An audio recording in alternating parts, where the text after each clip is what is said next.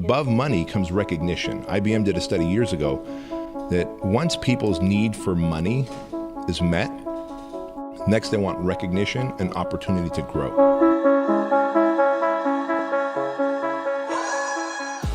What are some of the things that you do to recruit new team members? And then maybe you've dealt with this as your gyms were expanding, as your franchise were expanding, retaining people, because obviously, like you said, there's always more competition popping up, and we've kind of run into that ourselves a little bit. But you got to maybe you got a team member that's kind of wavering, thinking about doing something else. How do you retain those people and bring them back in, or do you kind of just let them go? What are some of your principles there? Good question. There's a lot to say there. So I'll start with what my friend Cameron Herold, who was the CEO or the COO of 1-800-GOT-JUNK. Remember, you've seen those trucks, right? Yeah. They pick up all the junk from here. That became like a $250 million company.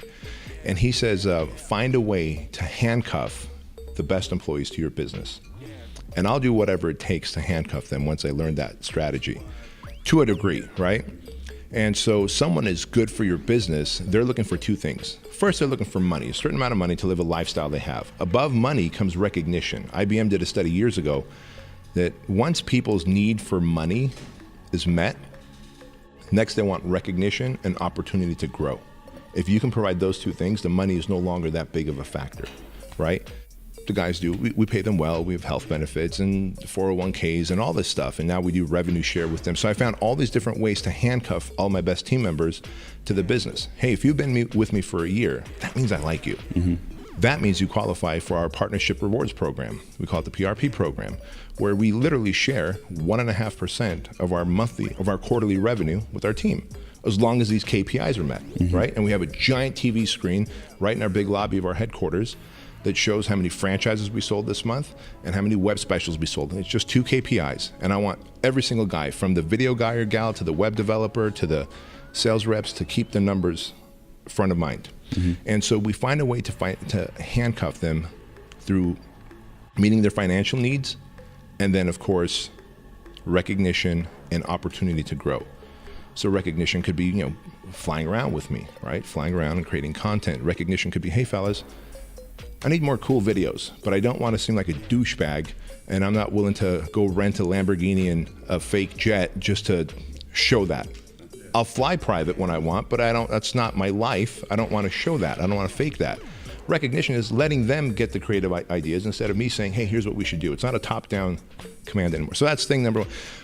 Thing number two is we hire not on skill sets, but on personality, because if you've got a strong culture, then everything else will grow together. And we've got a really strong culture at our headquarters and many of our Fit Body Bootcamp locations. If you're a great trainer, but you're fixed-minded and you go, no, I can't train this type of person, we're not going to hire you. We're going to hire someone who's open-minded, has a personality of, you know what, show me that I can train this person, teach me how. And then the third thing is we believe in team development.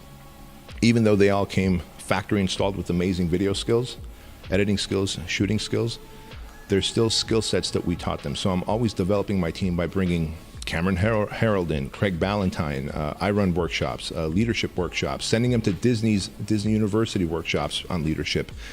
And by doing that, what are you doing? You're giving them recognition. Hey, I value you so much. I'm going to keep investing money and time in you.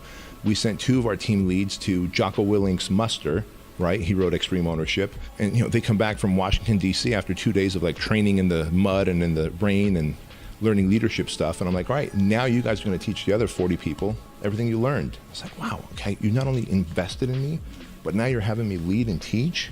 And that shows so much recognition that they don't want to leave. But make no mistake about it, we all have KPIs, we all have expectations. They need me to be on when I show up. I expect them to be on when I show up as well.